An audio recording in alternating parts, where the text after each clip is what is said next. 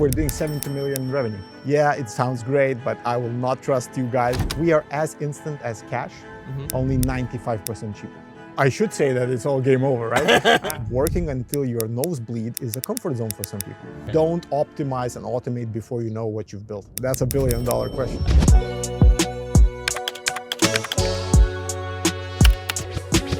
How you doing? Hey, good, how are you? Good. Well, welcome to Vilnius. Yeah. What's happening? By the way, we're actually in the biggest old town in Eastern Europe. I checked interesting facts about Vilnius. Yes. That's cool. It's here It in the is. background. Many It is. churches, right? Many churches. Yes, and quite green as well. Yeah, very green, very green. What can you tell me about your business? What does the business do, and what's like the revenue of the business? Sure. So we are a cross-border payments company. So we move money to 160 destinations globally. Okay, interesting. And yeah, we're doing 70 million revenue, Okay, how many employees? 400. How much is profit per year? We are not in the profit making so far. We are in growth, but we are in and out of profitability. Interesting. What's currently, when did you found the business? What's the story of how did you kind of get to start a transactional business? What was the story? We did it more than 12 years ago now, so time Okay. flies. We did it when we had another business that had to do international payments a lot, and it really sucked. Okay. I saw the pictures of you in like a bedroom, like sitting Yeah, in yeah, like a laptop and all that stuff. Yeah. We started with 50K. Our seed was 50,000 euros. 50,000 euros. Okay. Yes, we started at 50,000. How long did it take you guys to have your license or stuff to kind of get your first customers? Exactly. So we didn't come from payments or finance. And thank God. Otherwise, we would not have started this. It's a lot of permissions. It takes 6 months to get one license, 6 months to get another. So even the first 2 or 3 years, it's pretty much just building options to do things rather than doing things. But it takes time. But then later it becomes obstacles for entry for others. What was the problem? Like, what was the problem? Is getting legislation? What's kind of the issue? Like the biggest thing? The problem was that up until 2006 actually, Okay. only banks were allowed to do cross-border payments. Okay. And regulation wasn't available. And then they opened up the floodgates so that as a non-bank, as a payment service provider, you can do cross-border payments. And then there was a flock of innovation happening to make sure it's done better. Because it's either banks do it via SWIFT, which is a system made in 1976. But how did you do it if you are saying that it only was available in 2016?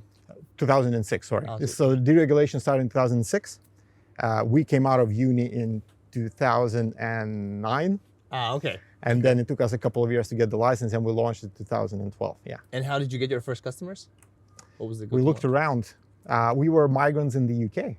Studied there, and was a huge problem for us and for everyone around us. So there's a lot of Lithuanian, Latvian in Lancaster back in the day, some of our friends that we know. Yeah. And so we looked around, built the product for ourselves, and then sold it, sales one by one. One by one. No one trusts you as you start up. It's a financial services company, right? With no clients, so that's not easy. How many sales, how many conversations, or how many meetings, or how many demos to get your first sale? Too many. And it's like you come in and people are, yeah, it sounds great, but I will not trust you guys in a weird jersey. Okay. What's happening? No, it was one by one. Friends started doing it first. Okay. Then we said, okay, this works. They were delighted from the first moment. Oh, this is cool. How can you do it instant and it doesn't cost anything? What's happening here? So that was like, okay, so there's a wow reaction. And those first 200 clients that we got us the first capital in. Yeah. Interesting. But what's kind of like the business model? Because I went to your website. You have right now the business customer side, the consumer side. The business customer side, it looks everything is like free. You just pay a fraction on like exchanges or a fraction of payments. Like what's kind of the business model? Like, how does it work? It's a transactional business model. So you are charged mostly on the currency conversion. Okay. And that's where, we move money between key European currencies to global currencies. Okay. So we are the largest money transfer company into Ukraine digitally. So that's a big part of our business. We're big for Central Eastern European remittances, and then growing in Africa and Central Asia quite a bit. So it's connecting these global regions with Europe with instant transactions. But where is the cost for you? If like the customer has like so few fees and percentages of payment, how do you make money? Like you have it for free? How does it work? So that's the point. Like the beauty of our business is how simply we solve for cross-border payments. We don't really move money cross-border. Okay. We have hundreds and hundreds of bank accounts, partners everywhere. Okay. And what we do, we call it local in, local out. So you would pay in locally, let's say in Lithuania or Latvia, anywhere, and that money sits there in that country. It doesn't move anywhere.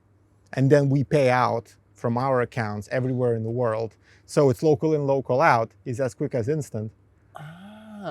So that's the principle. And so our direct, we are a close to 80% gross profit margin business. Wow. So so you have like an account in, let's say, UK, account in Latvia, and the money doesn't exchange countries. You just like send from your account from UK to the customers. That's right. Wow, interesting. Yeah. Okay. So that's the beauty of the model. Western Union has been doing it with cash a long time, but only we made it digital. No. I know that company. Yeah. Yeah. Okay. That's office here. Yeah. I'm just interested about your USP. Yeah. So your USP is migrants. We kind of the niche. We are targeting the mainstream consumer. Okay. Which is people who want to move money back home every month. They get a paycheck, they send money home. That's the mainstream consumer proposition. Okay. Now our USP is product led. So we offer the lowest cost, we offer the most convenient way to move money, and we do it 24/7 instant. Okay. And that's always been in every single market where we come in. We usually look for the most problematic markets to solve for, and we come in and we offer this sort of proposition. So it's a very simple way to think about it. We are as instant as cash, only 95% cheaper. Because that's why people love cash, because you go into your Western Union shop, you give the money to someone who speaks your language, they say hi to you, and then you can call up your friend in the other country and they'll say, oh, you have the money. So we actually replicated this model 24/7 from your mobile phone. What do you think if somebody right now would start a transactional business model, let's say in a different niche, but in kind of the fintech space? What do you think is like the opportunities to actually make it successful? Is it possible? Is it like too crowded, too competitive? It's like, brother, it's no way you're going to make anything successful. What do you think about the landscape? Well, I should say that it's all game over, right? I think there is two sides of it. It's one of the biggest and fastest growing markets in the world. So there is plenty of sunshine. But at the same time, it's a trust business.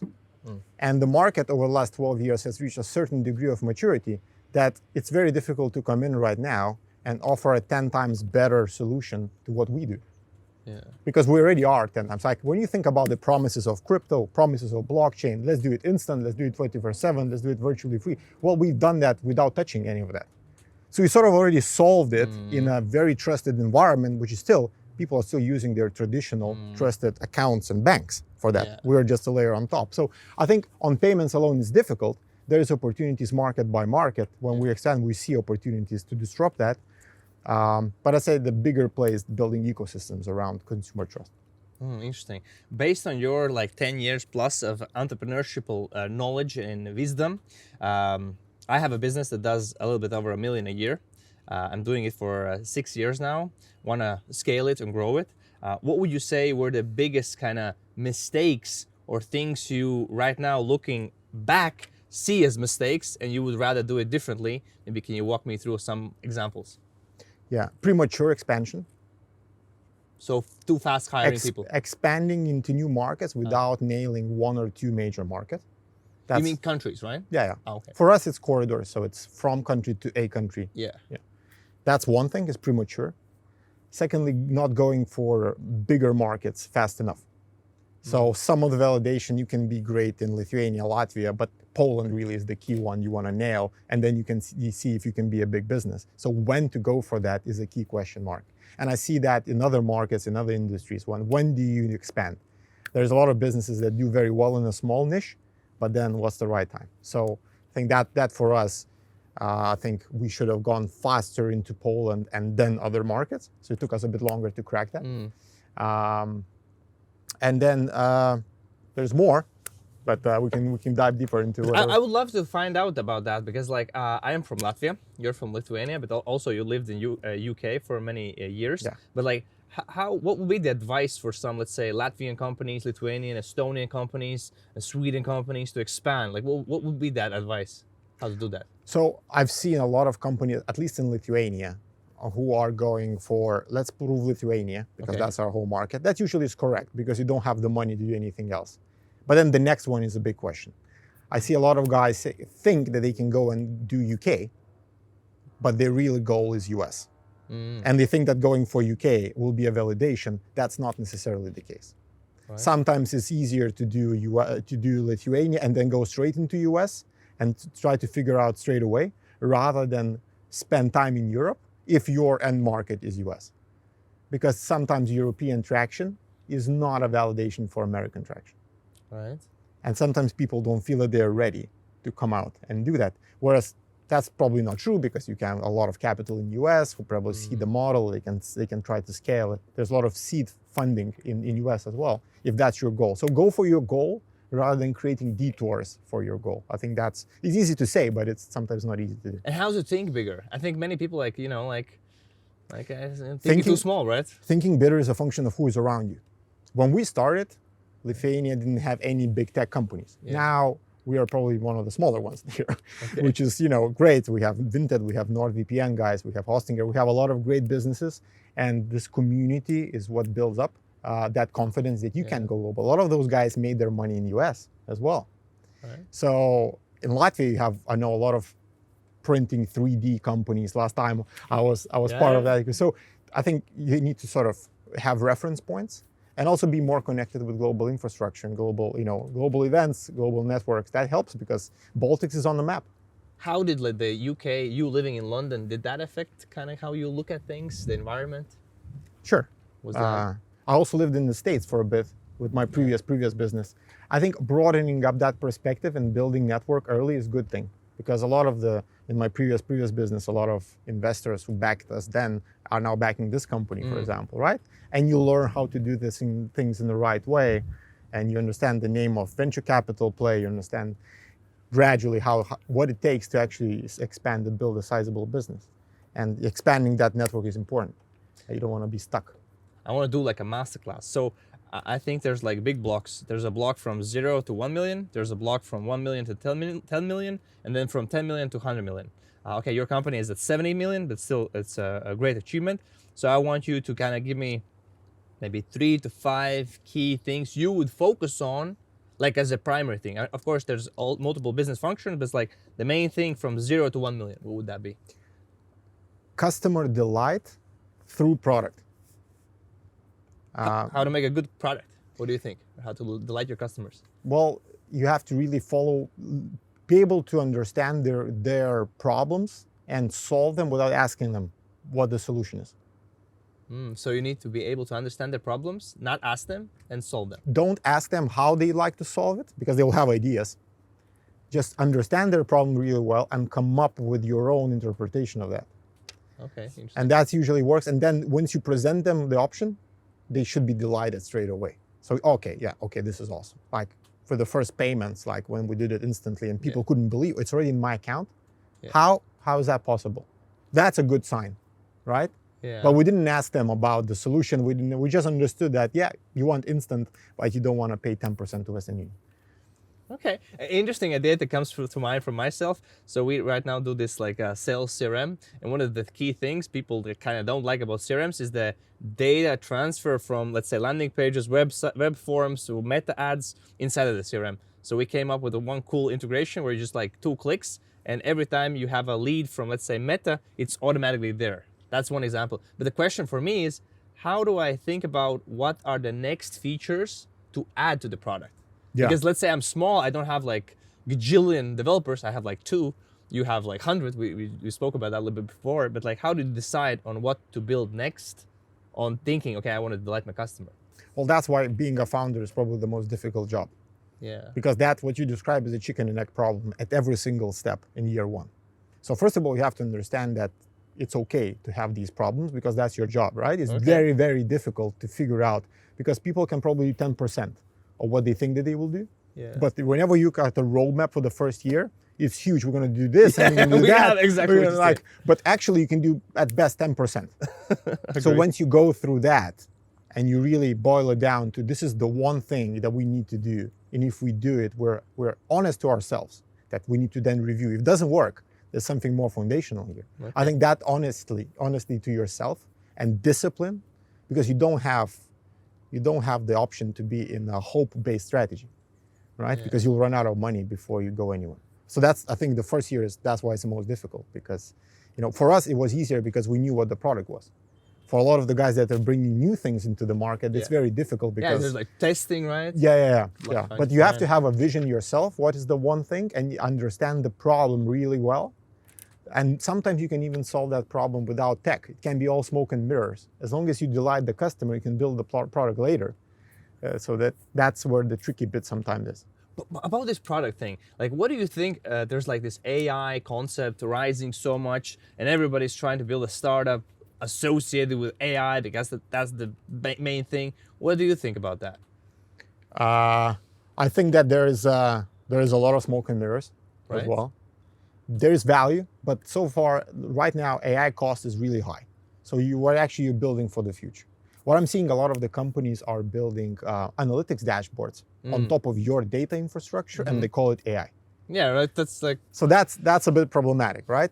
Where I see value is when people really, again, understand a very specific niche and solve either a data problem, because ultimately you need to have very clean data infrastructure. It's not sexy. It's not, Yeah, this is not the sexy part. It's not a sexy part, but unless you have very good data infrastructure and you can actually use your own data to actually have new experiences, it will be very difficult for you to even deploy it. So a lot of what we've been doing over the last couple of years is just to get our data ready for AI, right? And so it took us 2 years, but now, for example, more than 70% of all customer inbound are fully end-to-end AI. So it's a chatbot that is talking to our customers. Okay. Which is, it's real. It hasn't decreased the cost yet to where it has to be, but it will, because the cost will go down, and that's what we're trying to write. But again, you have to be ready for it. Interesting. Early on, you said also about the 0 to 1 million, there's like also the customer support, right? What's kind of maybe the biggest takeaway from customer support, what you have seen? Is it just to hire a lot of customer agents? Is it to have one guy who's like the best of the best? What's kind of the thinking process? I think the key for us, and I think it's that first customer support agent is super important. That first person. Right? And throwing people at the problem first is a good idea. Oh, really? Okay. Don't optimize and automate before you know what you've built. Right. Yeah. So, Marta, the head of customer support here, she's still here. Okay. And she was our customer support agent number 1. Now she runs the entire department. She actually was here, then left and came back, which is good. Oh, really? Good to know. Yeah, good to know that people that's good. That's definitely good. Come back. But her approach to caring for the customer has built the entire culture around that. That we are now trying to translate in an automated world, but that was super critical. Do you think you can fully automate customer support? I think we can focus the people on the critical, difficult things. But from a consumer perspective, if they come to us and they ask us, where is my money? Which is not an unfair question, right? Because they're using a money transfer business. There needs to be an instant reaction to that, very specifically. Here is where your money is. This is where it's going to end up in your recipient's pocket. That is an automated problem, because we know where the money is all the time, and getting that answer to the customer doesn't need a person on the other side. It's better done by a bot. However, if there is a complex problem, which you're selling property, you need to provide documentation in a different country, that's where people need to come in, because you need to make sure that you provide that level of support and comfort, and also emotional support for people who are rightfully quite upset and annoyed. Where's my money? I just want to get done with it. That's what people are great at. So you need to have the right people focus on these difficult problems, and then the rest is instant automated responses. So I love that. Let's go to the next milestone. So let's go from 1 million to 10 million. Side question, by the way, how many years did it take you to get 1 million per year? 4. Okay, so 4. This is also context. I think many people look at big companies, they're like, they did it over 5 years. That's not the case, right? No. Yeah, so 4 years to 1 million. So what would be the key things to focus on 1 million to 10 million. Redesign your functional map of the company. What do you mean by that? So a lot of people talk about org charts, Yeah. right? Reporting lines and whatnot, right? Yeah.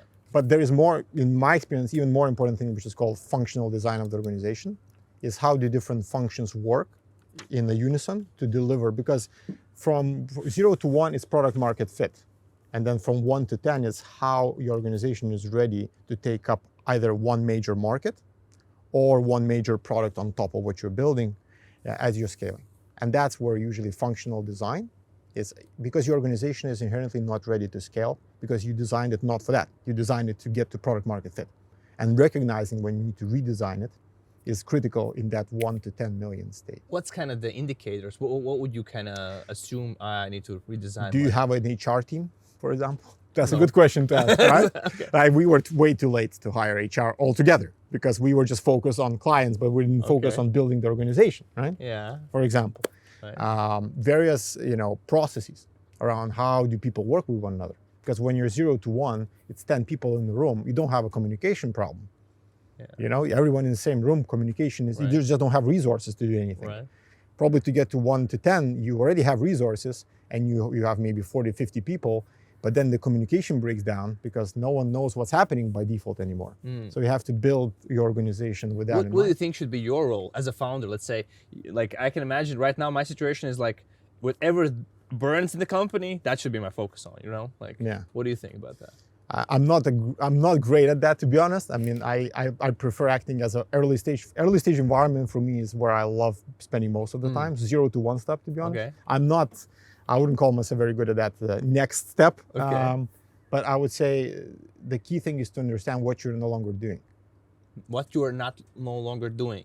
You need to stop doing certain things. One day, what you've done, because your day Yeah. you have 8 hours, Yeah. and your 8 hours you have to look very differently. So Okay. you need to give authority to others. You have to run processes, run meetings that not everybody likes doing, Yeah. and make sure that others are delivering what you agree and that the direction is very clear. Because once you are in 0 to 1, direction is super clear because it's, again, 10 people in the room. There you have to more explain and completely reiterate where we're going and enable others to do it. And that's a very different job. Your day just looks very differently. You're not executing yourself as much as you were. And a lot of people just hate that. A lot of people like getting your hands dirty and doing Right. it. They feel good when they go home. Right. If you like that, you'll probably love the earliest stage stuff more, right? Right. And maybe it sometimes hurts them to actually grow, right? Would you agree on that? Because you are in your comfort zone. Right. Working until your nose bleed is a comfort zone for some people. Yeah, this is what our colleague together, friend, this Matis, we also had a big long conversation about exactly this. Like the question was, what do you need to do for the business to grow 10 times? And that's like the quick question, right? And your time doesn't scale 10 times. Right? It doesn't scale. It Right? doesn't. And then it's other people. So you have to trust people. And I said, like, I'm not the best in that, but trying to do my best. But again, it's recognizing as well where you are not great at it. What's Right. your comfort zone? Right. If your comfort zone is just working your ass off, then you need to surround yourself with people that will constantly tell you, listen, maybe you should do this meeting. Or Right. maybe you should build a process so these people can talk to one another. Because makes not sense. everybody can do that. Okay. Let's go from 10 to, let's say, 70 million per year. What's kind of the biggest key, changing blocks or stuff to focus on to do it? I think the functional redesign, again, but it's less than in the 0 to 1 versus 1 to 10. So it's, if you build the right foundation, which most people don't, there's always like a problem somewhere in your organizational design. But then it's sort of adding more. Yeah. So it should be easier, but you have to then look very, very much around the right geographies, the right decisions, the right strategic decisions of what you're not doing, in a way.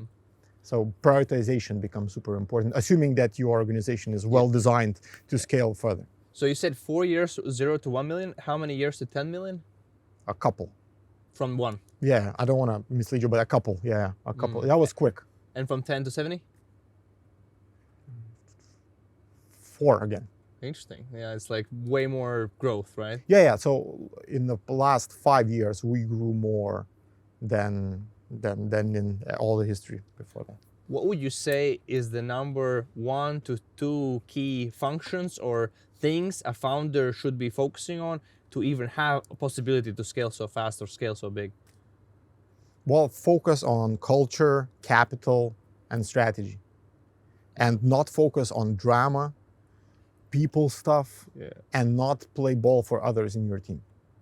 What do you think is the most important lesson for culture, what you have learned, which you can just share with everybody else? I give people too many second chances. So don't give so much chances, right? No. It always bites in the butt, right? And because for me, I like to do things. I like to execute myself. So when I see there's something wrong, I come in and try to support by playing myself. And that helps a bit, but it doesn't solve the underlying problem because there's a functional problem or there's a performance problem, and it just delays you getting to a good spot. So, and I know this is quite common for many sort of early stage guys who manage to scale. It's like, how can you just stop playing the game and just be more of a manager side rather than being an entrepreneur sometimes? Right. And by just stepping in and doing, I also have this problem. I have a problem of letting people go. It's like the hardest thing ever. So that's why I have a solution. I have like a guy for that. Like it's not that's called HR, right? That's HR. But we don't have like department. We just have a guy who can do that. You know, if right. So they go somewhere in the woods, and I get it. There's a guy. That's how you do things in life. Okay, there's a guy for that. I'm actually curious. So I have a company, and we have problems, right? And I was always thinking, hey, I see these big companies. They most likely don't have problems. And then I have one friend who comes over who used to work for us. Now he works for a company that does 50 million in the same industry as we, but just in the US. And he's like, bro, their company processes are even worse than ours, because I was thinking like we're like shitty. Yeah. And I wanted to ask you, your business also has problems, right? Or what's the situation? 99 problems. 99 problems, right? That's what it is. But I think the best way to manage that reality is talk to your peers.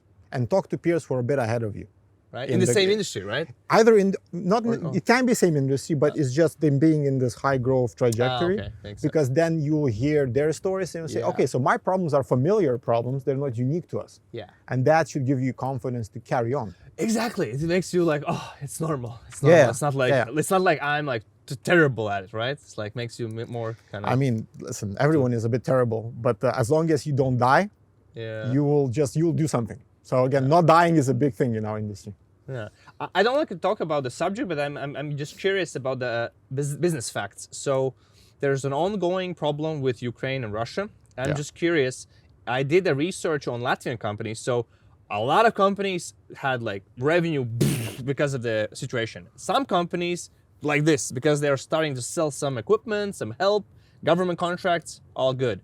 I'm curious about your situation because the Ukraine market is a big market for you. Like, what happened when that happened? Did business go up, down? What's kind of the situation? Yeah. So we are one of the largest player for Ukraine globally. So money moved into Ukraine. Yeah. When the war started, we stopped all money transfers into Russia straight away, like within 24 hours. Okay. And that. It wasn't difficult for us to do because that wasn't a big part of our business. Okay. That's one thing, but another, we thought that that's the right thing to do because we saw where things are going with the sanctions that came out and everything else. Yeah. And you have to pick your side, and we cannot be clear where we stand, being Lithuanian nationals, and we're very clear. But we always supported Ukraine because the war actually started back in 2014. The country has been in ongoing assault by the fuckers, right? So we were there. The first 48 hours were crazy because our entire business became a Ukrainian business because people were afraid. Ukrainians were calling us, what's going to happen. They were calling us about the micro stuff, asking a lot of the stuff, right? So we did what we could. And the first people who came to help Ukrainians were Ukrainians themselves. Yeah. Like with the first 40 days, they sent 50 million by us alone back home. And that's $100 ticket. So they sent 50 million back home to support their friends and family. There was a huge boom in transactions coming in. At that point in time, from Ukrainians to Ukraine? From Europe. From Europe. From all Europe, Poland, UK, everywhere, back home, 50 million in 40 days. Okay. That was a lot of money, and they supported themselves, and we played a small part in that. We came in, actually, a very good story. Us, Visa, Mastercard came together, and we said we're going to lower the cost to pretty much nothing. Because Visa is offsetting. Visa is charging us, we're charging the client. So how can we do something right. And we did it. So we actually even made it virtually free for those customers to do it. Yeah. So that's great. That was like, we helped a bit. War is happening. We don't know what's going to happen. Yeah. And then fast forward 2-3 years now, what's happened is that most of the men are at war. So migration has pretty much stopped. The market is still big because a lot of families are outside of it. So for us, it's been sort of, we did the bit. Now we really want to see how when the war ends. I think it's going to be an economic boom for Ukraine, right. for the parts we hope most that will still remain Ukrainian, because even before the war, Ukraine has been digitizing and became a technology hub. Every quarter I was going to Kiev, and it was amazing what was happening there. So there's a recipe, and you can see this, like Latvia, like we know what's happening when you have the freedom. So I'm really positive about if Ukrainians persevere, when they persevere, it's going to be a huge, and we want to play a big part also in reconstruction. Okay. Finance needs to move between the countries. That's good. And so yeah, Ukraine is, we hope for the best, and but it's not going to be easy. You actually mentioned that you did a deal with Visa and Mastercard. Like, how did that look, and why did you want to do a deal with them? Well, we're looking for ways how to sustainably offer lowest possible cost to Ukrainians without sinking our business. Okay. Because it's easy to do free, but then you have to fire people, because you're running out of money. So we came in and we put together, and this also was very much on the agenda for the card schemes. It's like we want to play a bigger part. Actually, a lot of people in the payments side are Ukrainian there. Are also Russians that don't support this. They also came in and did a lot of things on the Visa side. So, and that was actually recognized by European Commission. So Europe actually invited us to Brussels to say, hey, how did you do this? How can we be more inclusive to Ukrainians in Europe? And that came out of nowhere, but we were happy enough to play a part in it. Cool. I'm curious about also this thing where you're starting to get cards issued for yourself. Not yet, but it's like in working process. Like, what is necessary for you as a payment processing transactional business to have that? Like, what's the kind of logistics behind that? So going from payments into banking is not easy, because you pretty much have to rebuild your tech infrastructure. Because like payments is a bit like e-commerce. You make a transaction, you book it, and you send it out. That's it. And then you have a consumer facing. I'm simplifying, but that's what it is. When you go into banking, you have to have instant infrastructure. You have to move into, have your wallets, ledgers, cards, and there's a lot of partners involved in that. It's a complicated ecosystem. So what we've done in 2 to 3 years, we pretty much, when we decided to take a move and build more of an ecosystem, we started methodically building that up without jeopardizing the core business. And now, over the last maybe 6 to 12 months, we really started to deliver products into the market. So wallets are already live for all major European currencies. Savings accounts are live. Peer-to-peer, now you can move money within TransferGo ecosystem, which never happened before. So, and now card is the finishing piece around that. But yeah, it takes a long time for you to transform your business. Also money or just time? Money, time, and good infrastructure decisions. Sometimes you can just drown in tech debt, or you can drown into inability to change the ways that you're working. So it takes some time, and you have to really treat it strategically. It can't just be a side thing that you do. Because is there one organization that says, yes, you will have cards, or you guys, no, not gonna happen? So for us, because we wanted to make sure that the cost of a card is the lowest, we went through with multiple partners. The biggest ones are Visa and Mastercard, right? Those are the biggest ones. So we have a deal with Visa. That's the biggest ones, right? Those are biggest players. They have like a monopoly in some sort of way. Right? These are the two schemes, two major schemes. Correct. Interesting. I'm curious right now. Let's say you and I, we like, you sell TransferGo. For how much money do you think you could sell it, by the way? That's a $1 billion question. All right. Have you had some offers about it? I cannot answer that question. Okay. But maybe. Let's say we sell it. Let's say we are like, we sell it. Like, what kind of business would we start if our primary objective was to have 1 million annual recurring revenue in 1 year? And that's the goal. Like, what kind of business would we start? Robot AI nannies. Okay, why so? That will be the next $1 trillion idea. Why so? Because getting a nanny on demand is not that easy, and I've been in this world now for 4 months when I need a nanny. So I would go for robo nannies. Robo nanny. Okay, that's a nice one. I actually have right now my nanny is gonna start next week with us. I have a 1.5-year-old daughter. Okay. What about you? 4-month boy. Ah, you're so fast looking for a nanny. Okay. Let's go. Yeah, Let's straight go. away. Straight away. What would we do to kind of start getting customers? Will we sell? Will we build the product? What would you do? What would you think? How would you think? I will tell it to Beyonce. Okay. I'll get Beyonce to use my nanny, Okay. and then that's it. So we use an influencer to get the product. Yeah. Okay. So we need to build something. How much money would we invest to build like a prototype? I would not build anything. I would find a guy. I would dress him up as a robot, and I will send it to the nanny. We just PR it, get like 1 million subscribers, and then we'll figure it out. Okay, I like that. I like that. I was thinking about this for too long. Okay. Sounds like that's good. That's good. I'm like very curious about, is there a specific procedure you do to get business reviews? I think you have 37.4 thousand reviews on Trustpilot. I'm curious, is there a process and what it is and how it works and how can other people copy it? Yeah. So, we are a trust business. So that is driving conversion rates quite a bit. Mm-hmm. And we have a pretty good service. So our key is to make sure that at the right time we ask the customer to leave the feedback. Okay. And we've been doing that for a long time. So there's no magic. You just have to integrate it into your flows. Mm-hmm. And you have to make sure that you manage the occasional bad reviews well, because things happen. Yeah. So I would say the most thing is, how do you make sure that you react to the valid reviews, and how you manage away the reviews that are not truthful at all. For example, a fraudster who is trying to defraud someone via transfer will be the first to leave a bad review on the system sometimes. What are those people? Fraudsters. Fraudsters. Yeah. So What once does we're that trying mean? to scam someone on our platform, etc. So they will be one of the first ones to go out and do 1 star because we didn't pay out their bounty or something like that. So there's good reviews that from the customers. There's negative reviews from actual customers, which you have to make sure you treat very seriously. But then there is the other side, which is you have to manage that as well.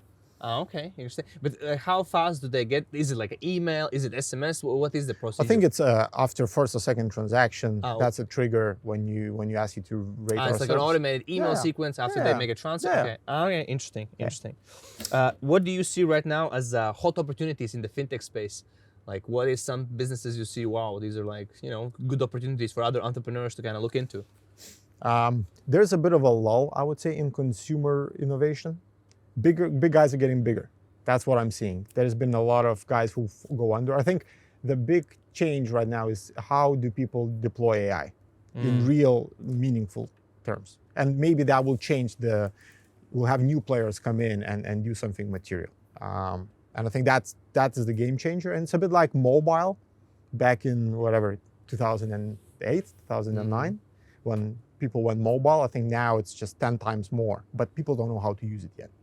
And I think that next 2-3 years is going to be a lot of very nice use cases around not only optimizing, but new customer experience. We're seeing quite a few challenger banks in the US that are moving forward and doubling down on AI as full experience, right? So maybe that's what the direction is. If you had the opportunity right now to go back in time when you were with your friends on the couch starting the business, what advice would you tell them?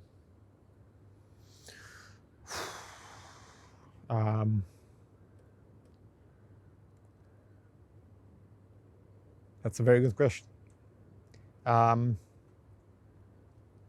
Spend more time on strategy and figuring out what you're not doing every time. Figure out what you're not doing. Yes. We were doing too many things at every single step, and that delayed the number one thing we needed to do. Every single point. That's the consistent thing across our history.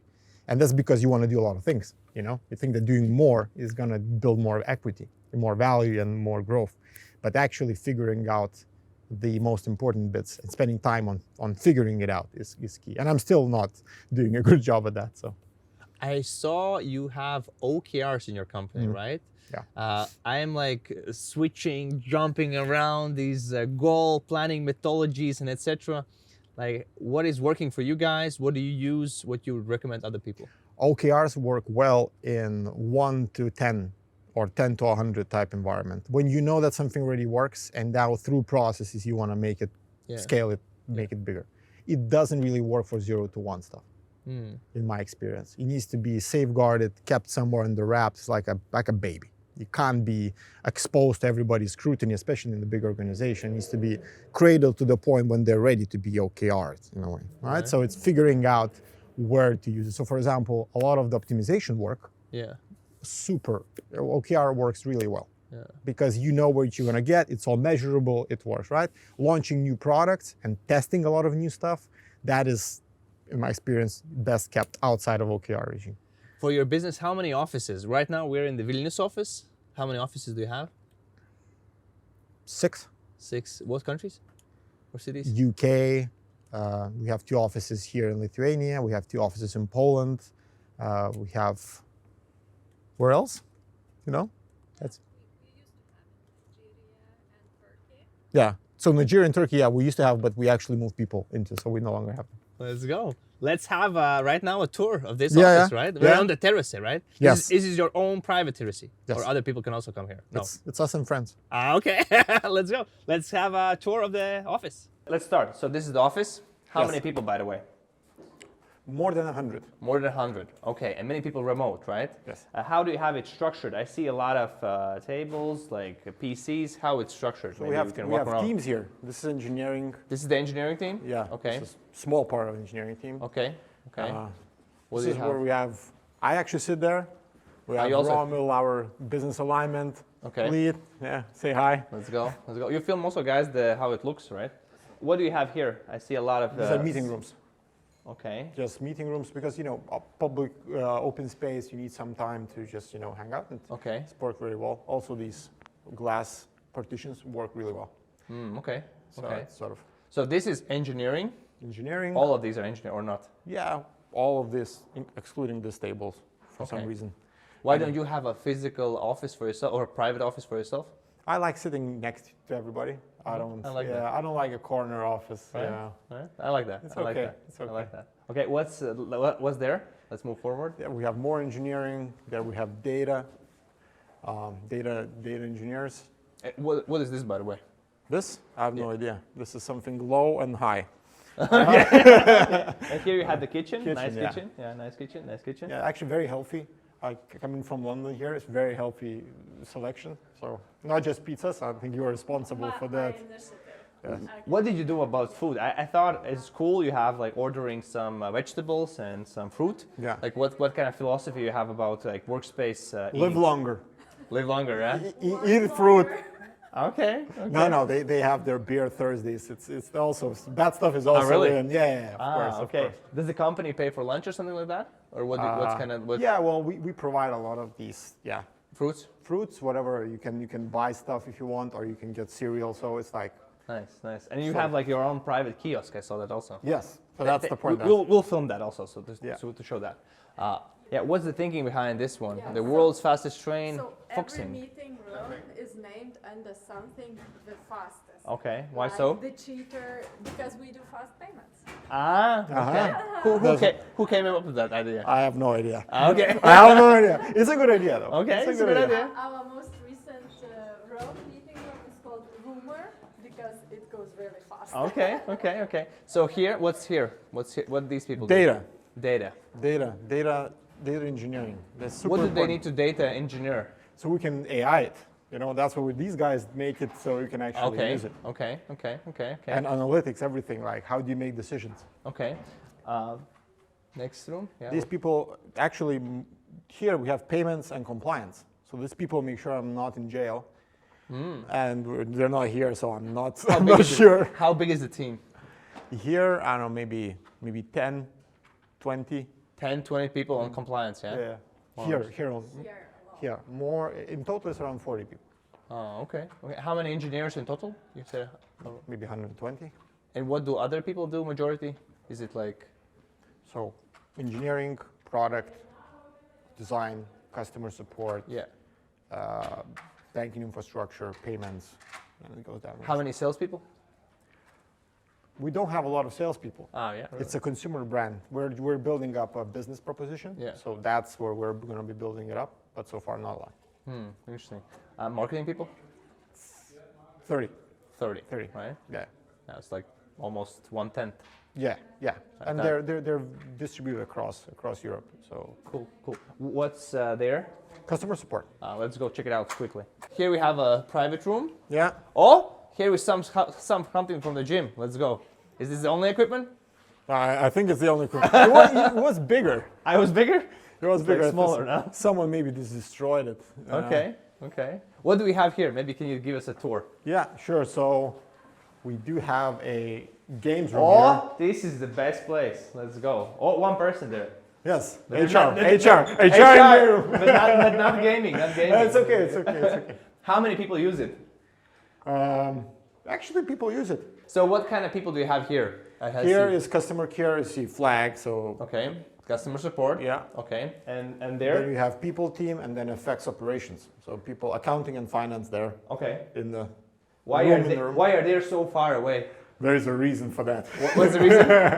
Well, that's where salaries are being calculated. Okay, so and nobody making sees sure it. we don't lose money. So they have to okay, be focused on the Okay, right things. okay, yeah. okay. Let's go back. Let's go back to the main area of entrance, right? So where are we right now? This is the entrance, right? This is the entrance, and this is came where in. the events are taking place. So this here is you the do your event own hall. events, right? You're Yeah. basically there, and we're like, like sitting Yeah, here. hopefully not only me, but yeah. Why did you make this place? Because it's important to have a place that kind of accommodate people and get people together when Yeah. you have, because we do here all office conferences, when we do town halls, for example. It's mostly for team. Yeah, exactly. Okay. Yeah. How often does it happen? We do a town hall every month. We do. What do you do on that? What is that town hall? It's where myself and leadership team come in and they talk about the key things that are happening in the business. Interesting. Okay. Okay. Which is, you have to keep people in the loop. One thing is to share written updates, but then it's just bring people together. And how often do you meet? How many direct reports do you have? 12. 12. That's a lot. And how often do you meet them?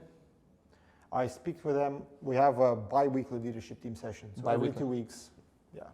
And how do you keep them accountable? Because this is an issue for me, like as we're growing also, like, keeping everybody accountable, making sure they're doing the job. And how do you do it? Well, it's a numbers business, so it's quite clear if we're on the number or we're Okay. off the number. And then it's functional accountability. And then you have to be very objective around that. You have a lot of people here. So right now I think it's like 30, 40 people, but typically there's like up to 100 people that can come to the office. How do you think about people working remotely or in office? Because I have this problem that if they're remotely, I'm like not sure if they're doing their work, maybe they're lazy, maybe slacking off. What's your thinking behind that? So even before COVID and before the hybrid changes happening, like my view was always, if you can deliver your numbers and you're great to work with, you can do it from your yacht. Okay. I don't really care. Like, it doesn't matter. Okay. So, but that usually works for people who have certain degree of seniority, certain skills. I agree. Majority of our people are young guys who are maybe it's first, second job for them. For that, I think it's important to really build these connections with people and spend some time in the office. Yeah. Not because we ask you to be physically here, but because it helps your career.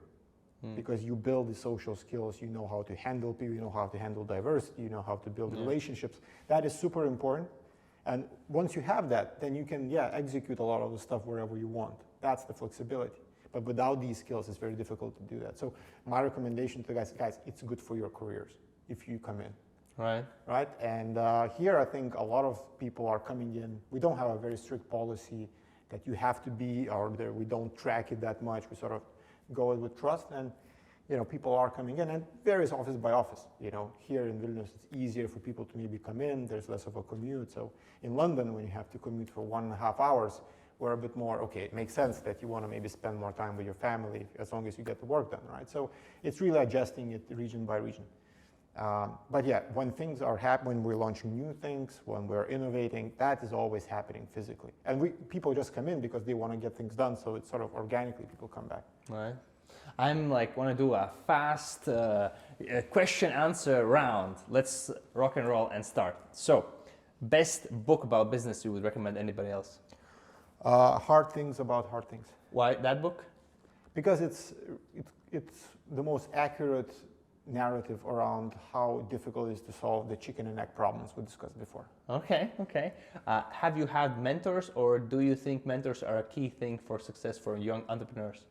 Mentors are key, and the best mentors in my career were not necessarily the ones that I expected, but the ones that really supported at the right time and enabled us not to give up sometimes. So mentors are key, but it's important to filter them out because there's 99 opinions. Yeah, right. And mentor usually is less opinions, but more around asking you the right questions and helping you think about some stuff on your own. Right, thinking for yourself. Yeah. Favorite dessert? Tiramisu. Man, for me also. I'm like had like hundreds of these conversations. It's like for me also. It's like the best, right? It's like It's the best. It's the best. Best restaurant in Vilnius. 1918. 1918. They got a Michelin star recently. Oh, really? Okay, okay. Latvia, there's also one place that has this, like one place also. In Vilnius is multiple places? Multiple. Ah, really? Wow. Vilnius has the restaurant space a little bit more advanced than us. Just recently, we got their first visits. Everyone was very eager, and now we got Oh, our really? first. Yeah. Okay. What would be a skill you would love to learn, but you currently do not have it? Let me give you my example. My example would be Chinese. I would love to learn Mandarin, but I don't speak it. What would be for you and why? More analytical. Take my analytical capabilities to the next level. What would that look like? Slower decision making. Okay, it's like the A bit slowed down it sometimes, Yeah. rather than It pops out the book "Thinking Slow, Thinking Fast" by Daniel Kahneman. something like that. Yeah, Right. I'm sometimes firing on too many cylinders, and it doesn't help. What would be your one kind of last piece of advice for everybody listening to have a better life? And I'm specific about better life, not just making money, having a business, but just like in general. Last point of advice for everybody watching, having a better life. I think striving to be more present every day, and not identifying yourself with the thing that you're doing, but keeping that distance, a very positive distance, it's the best thing. Because you are not your business. You are you. Whatever happens in your business, you have successes, failures, but your happiness has nothing to do with that. People are searching for exciting life, but not happy life. And we need to be open about that. Happiness is something else, as long as you are present, as long as you're comfortable with yourself, as long as you're not comparing, because you can be as successful as you want, but you always be 99 people who are bigger, stronger, more successful. That's life, right? So just removing that comparison, being present and focusing on the right things, and that's quite happy life. What makes you happy, by the way? I've just became more happier with my baby boy. So yeah, family makes me happy even more than I ever thought so. I'm very fortunate to have a great wife, 10 years now. So I'm very blessed on that side. And I have great people here that I work every day. So that's usually when I will look back, that's what I'm going to remember. But day to day, I tend to forget about that and I just grind it out. But that's the really important bit. And what's your North Star or your goal, main goal right now? Is to deliver this company to its best potential, to the highest thing it can be. And I think its ceiling is pretty high, but we need to make some good choices and have some luck now. Right. What it could be? I think it could be one of the biggest companies ever to come out of Europe. Right. Could be. Could be. Let's go. Thank you very much for your time. I love this last piece about happiness. It's like you got me. Yeah, Let's go. I'm selling my own it's great. Books. You can get some of that copy. No, I'm not. I was thinking like I'm trying to talk to myself about that, and as long as I remember these things, the days are better. Yeah. Thank you for sharing that. I hope the audience had a lot of nuggets, and let's make this right. And I want to finish with today we made history. You and I are now cemented in the internet history. So let's go. Yeah. Thanks.